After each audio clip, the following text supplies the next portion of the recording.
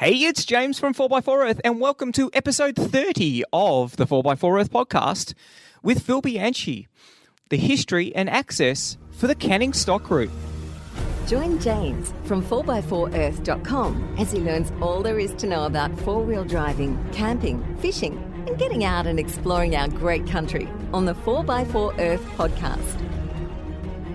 Okay, so this is part 2 of our canning stock route trilogy. We're going to look at some more of the interesting history, some of the things that you can do along the canning stock route, and also how access is panning out for, how easy it is to get into some of the places that you might want to go to. So let's get onto it with Phil and the canning stock route. How many people would do it a year, do you think?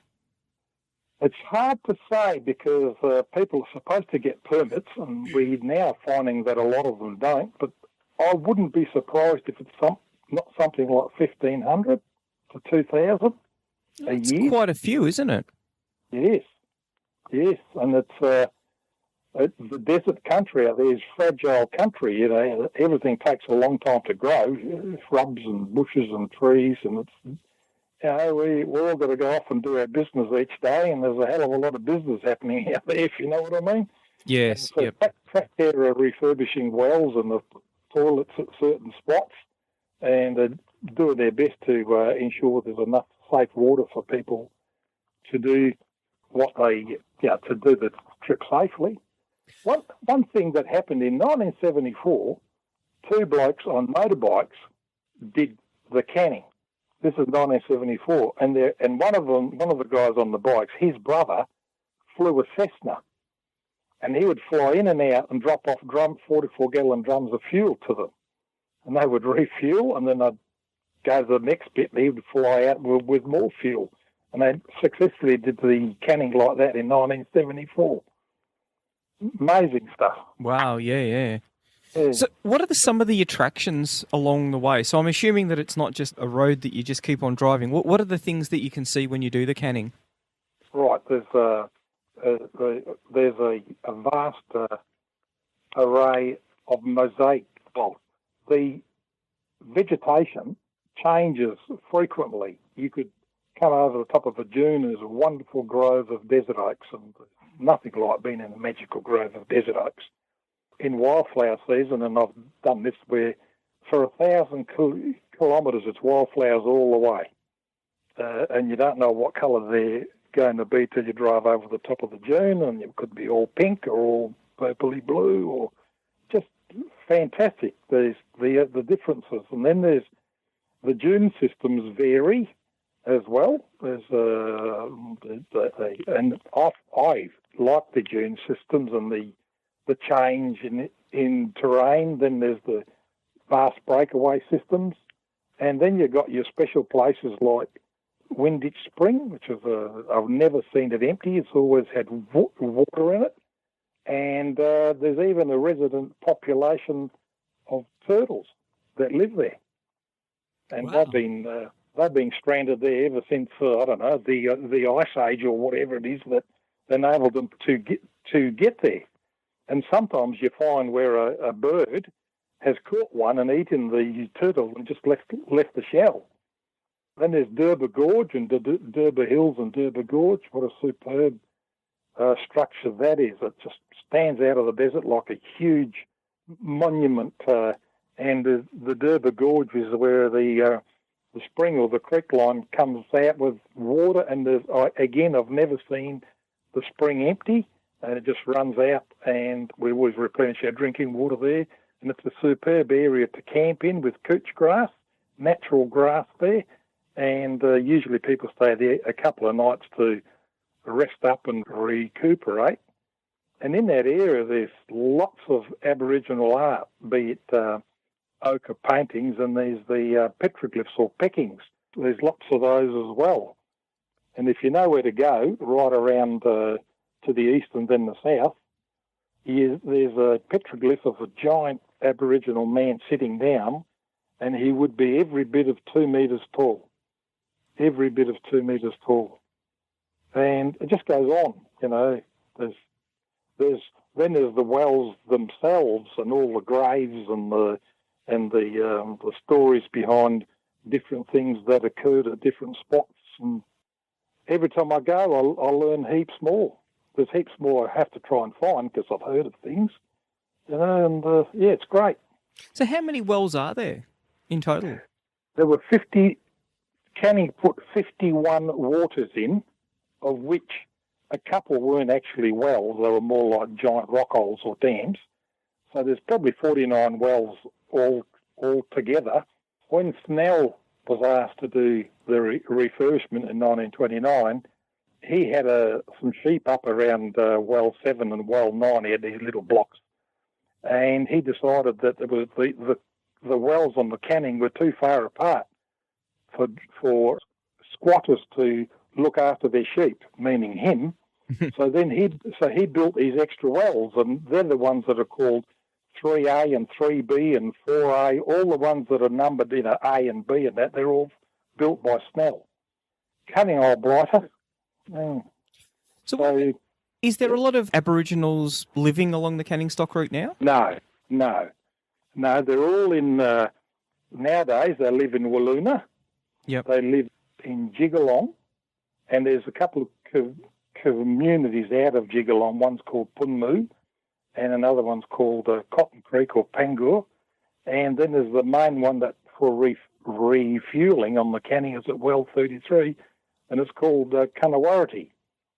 And so they live, there's these small groups that live there, but the main centres are Billaloona, and there's a group of little settlements around there, Balgo and Mullen and whatever, but the whole Billaloona group, the big group at Jigalong and the big group at Walloona with the smaller ones I just mentioned, and they are very active. They have a whole series of trained rangers, and they go out in the Canning and they do work like burning off to refresh the area for the next season and to reduce the risk of giant wildfires, because the fire, when it hits a burnt-out area, just dies. And so they're trying to restore the land. They do work like get rid of stuff around the wells so that the buffel grass, when it dies, doesn't create a tinder situation and burn everything down. They've been doing some work on the graves, and they also work together with trakcare to refurbish wells. I was on the well 18 restoration a couple of years back, and there was a huge mob from Jigalong there. And while they were there, they were doing other work like chasing up little marsupial populations, as well as the burning, as well as helping refurbish the well. So there's a symbiotic relationship there in working together and to try and maintain the Canning stock route, because it's important to them as well as it is to us. So who is trakcare? What is it that they do? Right. Trakcare, if you can imagine a four-wheel drive club, right? Yep. But this particular four-wheel drive club, its main aim is to ensure continuing access to country.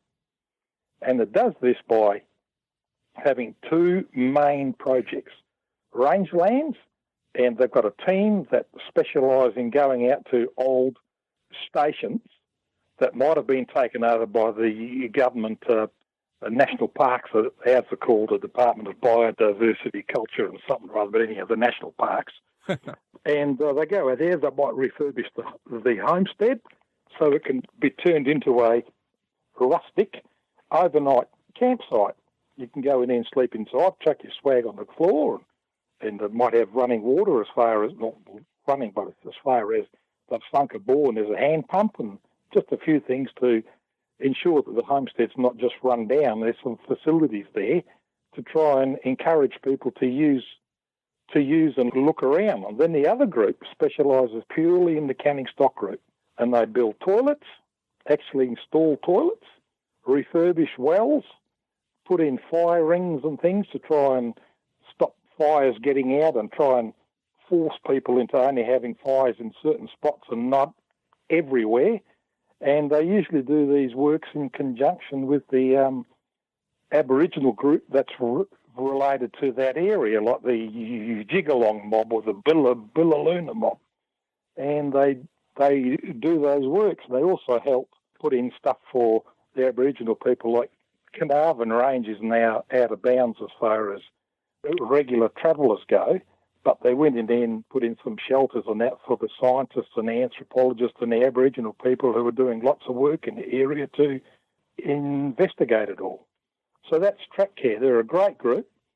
I mean, can you imagine? I am a member of trakcare, and I'm also a member of a four-wheel drive club and lots of other things, but could you imagine giving up your annual holidays, jumping in your four-wheel drive and going to Well X on the Canning Stock Route and spending 2 weeks there digging holes and getting covered in mud and ash and all the rest of it, refurbish the well and drive home happy and satisfied you've contributed, and there's the end of your holidays.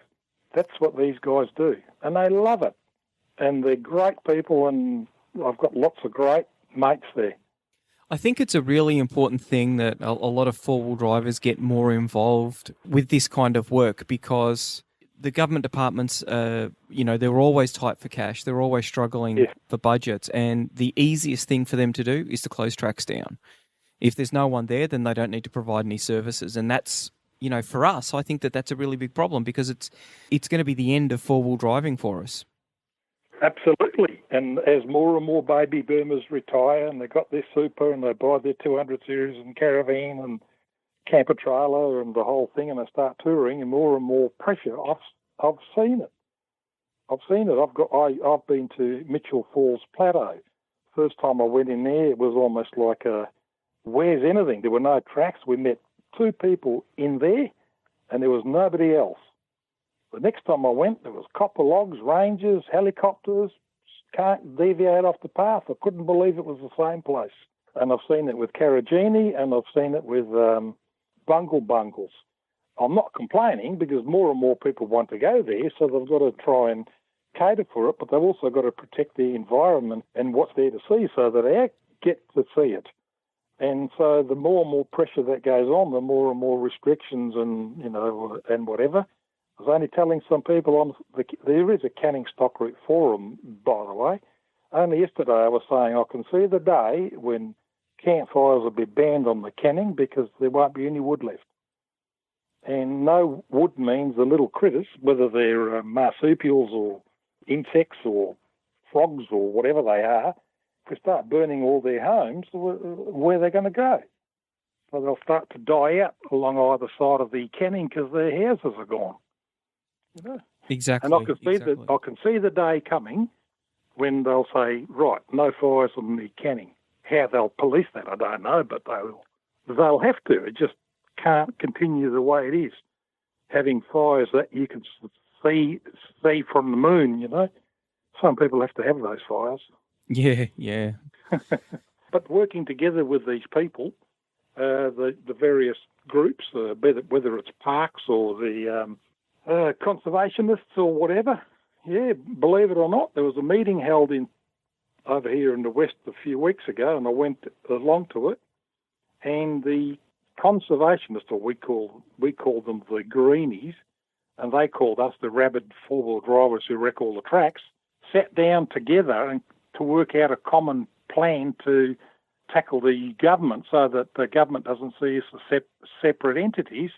And so far, it's not a marriage yet, but the courtship's going well.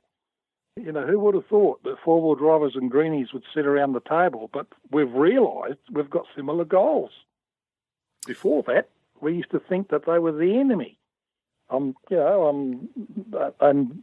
I know the people I met at this function, we all had a really good laugh and said, yeah, we thought you guys were the enemy. And we thought, we thought you were. You want to close all the tracks and stop entry and all of that. And when they started to explain why, they said, we didn't know we were driving over a very important nesting site for birds that have just flown down from Siberia, and they lay the eggs on the sand near the edge of the sand dunes along the coast. Because we four-wheel drivers drive up and down completely unaware we're running over a nesting site. And I said, oops. Well, I think there's a lot of confusion about the term greens, because I think that we are the real greens, because we're the ones who, we've got the most to lose, because we're the ones who really need access, because if we can't go four-wheel driving, then, there's no four-wheel driving left to do. So there's an element, the responsible four-wheel drivers really, at a minimum, you should be doing things like, taking your own garbage out and making sure that you crap in an appropriate way. A lot of people seem to struggle with that. I cannot understand people going on the canning, carting all this stuff, and then they drink the liquid or eat the food, and they can't take the bottle or the tin out with them. Yeah. I don't know. Is there an allergy to it or what? I just cannot understand that what used to weigh 500 grams or something, you've eaten it, now weighs 25 grams. The tin, well, just jump on it and put it in the bag. Oh, no. And you find them on the ground, and you find stubbies in the fireplace. What do they think? The stubby's going to burn? Yeah, beggars belief. Yes. It's yes. But you are right. Most four-wheel drivers are sensible. Most four-wheel drivers do the right thing, and most four-wheel drivers want to protect their environment, want to do the right thing because they realise how important it is to them, the future, to our kids, grandkids, and all the rest of it. We want to do the right thing, and I think this is where the old, what I call the greenies, and then, by the way, I'm not meaning greenies in a nasty way. The people at that workshop, we used those terms and laughed because it just goes to show how through misinformation you get this idea in your head, they're bloody four-wheel drivers, all they do is tear up the sand dunes and destroy everything. And that was in their mind. And we thought, they chain themselves to bulldozers and want to lock everything up and deny access. And that's just the preconceptions we had. But once we sat down and talked through things, we couldn't believe how much we had in common. They couldn't believe how much interest we had in conservation. They couldn't believe it. And the other component, years ago. Yeah, well, see, the other component, the other issue with the term greenies is that even, the people who call themselves the greenies, that there's a wide spectrum of them. There's the socialist hardcore greenie, and then the people who are genuinely concerned about the environment, ensuring that it's available for everyone to be able to enjoy. Yes, exactly. Yes.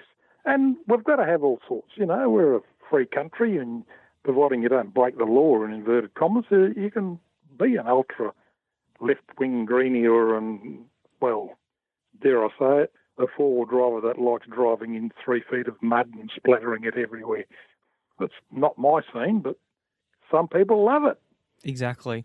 Yeah, that's why we have mud tyres and diff locks and all that other stuff to traction aids to get them through. And, and it's time the government realised, and they haven't yet, because we are the elephant in the room, that there's a huge industry, a huge recreational industry, be it four-wheel drivers, fishing, caravanning, camper trailers, kayaking, horse riding, mountain biking. They nearly all use four-wheel drives or drive hundreds or thousands of kilometres to go to a spot to do their fun or their sport, and they're injecting money into the local communities. They're buying stuff from ARBs and all the fitment shops, their tyres and all that money that's being spent.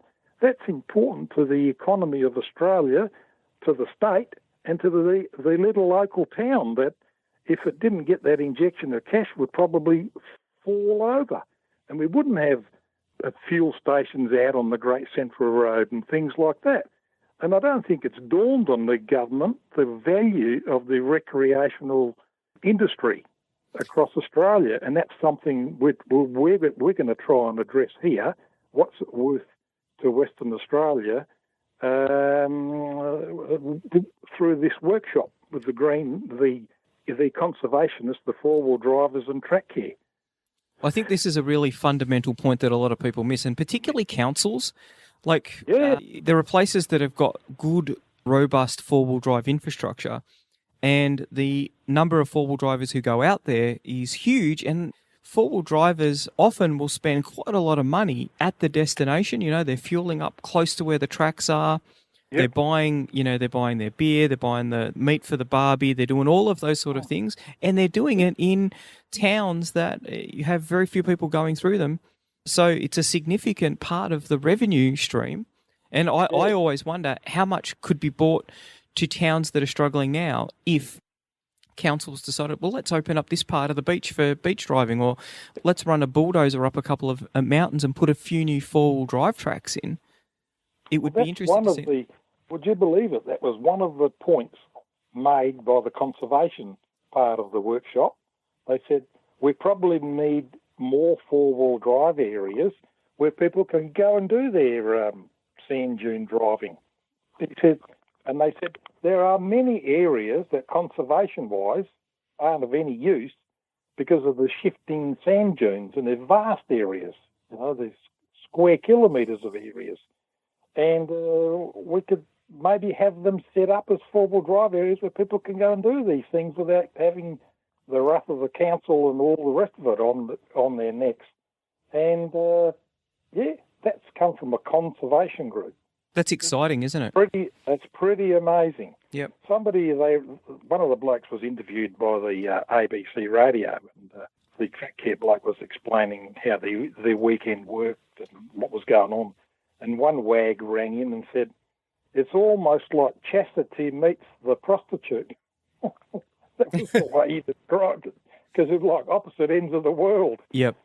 But we found out we weren't at opposite ends of the world. Yeah. Well, that's good to hear. What's access like to the Canning Stock Route now? You need permits, and you get automatic access. And the only time you're denied access is like from well 5 down. The pastoralist that owns across that sector sometimes says you can't come through. It's just too boggy. And he doesn't want to spend the next 3 weeks going out there with heavy machinery dragging people out because they didn't take any notice.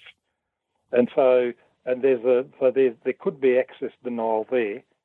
If it's a really heavy wet, it's often impassable at the top end, up around Lake Gregory and that. There could be huge lagoons of water, kilometres, and you can hardly see the other side. That's how big they are, and take a while to dry out.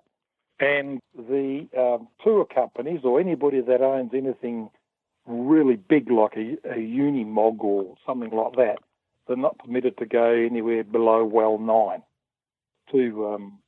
It's all cattle country and it's too tortuous and windy and lots of creek lines and water shed area, which is why the cattle are there, because there's more water. And so they go out through Glen Isle Station. And you're in cattle country then anyhow. The sand dunes are gone. You're no longer in that desert area. It's all settled country, so it's not really much of much to see and do. How much are the permits that you need? Now, they may have changed. At one stage, they were $50, and then the people at the top end and the people at the bottom end got together and said, look, you can apply for one permit through the National Four-Wheel Drive Council. They run the permit system. And the people in the middle said, no, we want our own permit control, hoping to get more of the money or not having to share it or what. I'm not too sure why. There's some political reason. And so you've got to get 2 permits, and I believe they're $100 for one and $50 for the other. Well, it's still not too bad, is it? No, well, if you're coming from Perth, you could pay, by the time you buy your diesel and set up your car and everything, you spend thousands. So what's another $100, $150? And if it helps keep the canning open and it helps the traditional owners with putting the money back into some infrastructure or repair some of the really badly washed out sections of track by breaking down the sharp banks and things like that, well, it's got to be good. So let's talk about four-wheel driving the Canning Stock Route. First question, how long should you sort of allow to do it in a sort of gentle, having a look at all of the sites sort of thing? How many days should you take to do that? At least 21 days, at least 3 weeks. Wow. That'll give you a good look. And you see, I've heard of people doing it in 8 days and 10 days, and they come off the Canning, and to do that, you've got to go fast. Yep. And then you end up broken broken suspension and shock absorbers blown out and all sorts of other things have gone wrong. And they say, and we've seen everything. Well, they haven't. I mean, I could take 6 weeks to do the canning and I still wouldn't see all the things that I want to see because I guess I know what's there. And a lot of people don't. They don't know what they don't know. So allow at least 3 weeks on the canning. Myself. Which way to go? I always encourage people to go from the north end to the south end. Okay, yep. Why is that? Just because Canning built it from the south end, well 1 to well 51, doesn't mean you need to go that way. Well, the cattle came from the north to the south. Yep. And just the important things like the sun's at your back most of the day. So for photos, it's behind you. You're not shooting into the sun or you've got it off to the right or the left. You're not fighting the sun all day. Yep. Not beating in your window. The sand dunes are predominantly steeper when you come from the north to the south, whereas if you come from the south, there's a really long run-up, and that's where they get a lot of holes and a lot of dugouts and people rooster-tailing sand and all the rest of it. So it's a bit easier to do the track from the north to the south. So photography, sun, easier to get up the dunes, and probably important as well is that most unlikely that all the vehicles won't suffer some sort of damage. It's just what the canning's about. If you don't suffer damage, you're very lucky. And it's damage like broken battery cradles, lost bolts in radiator mounts, bits of suspension trouble, fencing wire holding up exhaust pipes and trying to keep things in order, and there's all sorts of reasons. Now, if you go from north to south, there are a lot of mechanical repair places down the south end, like Kalgoorlie, even in Leonora, etc. And if you come from, say, Perth or even from the east, you've got better access to get parts or whatever. But if you go from the south to the north, you've got Halls Creek, a very small place, and then you've got to get yourself across the Broome, which is probably another 400 or 450 kilometres or something like that, or up to Kununurra, which is a very long way. And then you're faced with the prospect, well, right, I've sort of got a bodgy repair job done on the car. Now I've got to try and get to Perth or Melbourne or whatever. But if you come down the south, you're at Kalgoorlie or even in Perth, it's a different story to get your repairs done or even fly home. Well, so, do you know what I mean? Yeah, yep. It's just, I don't mean to scare people off and say, I'm going to wreck my car. It's just, you can't do 1,800 kilometres and not expect something to go wrong. It's not often that you get an upbeat story about greenies and four-wheel drivers working together to increase access. And I think that that's a really exciting thing. It's really positive and it gives you hope for the four-wheel drive industry and, more importantly, the four-wheel drive community, that we are going to be able to have access to the tracks that we want to go and see the amazing parts of this country, and more importantly, that our kids and their kids are going to be able to do the same thing. So I think that that's really important. The next episode will be we're going to get into the meat and potatoes of it, driving the canning stock route. 4x4earth.com is used by over 200,000 people every month to find great tracks, organise trips, and find out how to better enjoy exploring the great outdoors. There's over 1,000 tracks and 300 campsites ready for you to explore. So check out 4x4earth.com today and sign up to get access to the track information, ask questions, and meet other 4x4 Earthers. Membership is completely free. If you're looking for a good route, check out 4x4earth.com today.